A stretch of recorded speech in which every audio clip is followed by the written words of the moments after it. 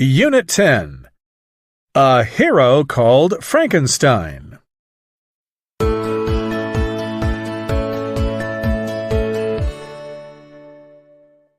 Read about it.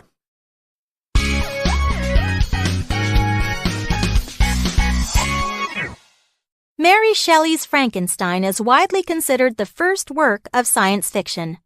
Its title comes from the name of its hero, Victor Frankenstein, an enthusiastic scientist who found out the big secret about the creation of a living being. In the story, Frankenstein was highly excited by his discovery about how to create a living being, so he spent much time doing experiments.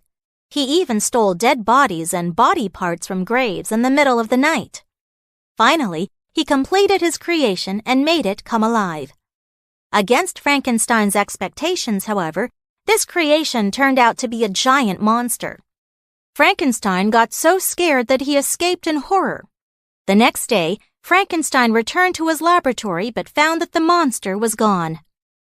As for the monster, after he left Frankenstein's laboratory, he was not welcome anywhere because of his scary appearance. The monster started to hate Frankenstein for creating him. The feeling slowly grew stronger and drove the monster to murder Frankenstein's brother. After his brother's death, Frankenstein blamed himself and deeply regretted having created such a horrible being. Just then, the monster turned up in front of him. The monster told Frankenstein in tears how much he wanted to be loved, but it was impossible for humans to love a monster. Therefore, the monster asked Frankenstein to create a female creature for him, or else he would make Frankenstein's life even more miserable.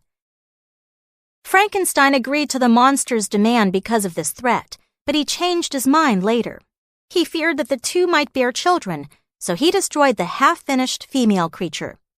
When the monster learned the news, he angrily killed Frankenstein's best friend. Later, Frankenstein's bride was also killed on their wedding night.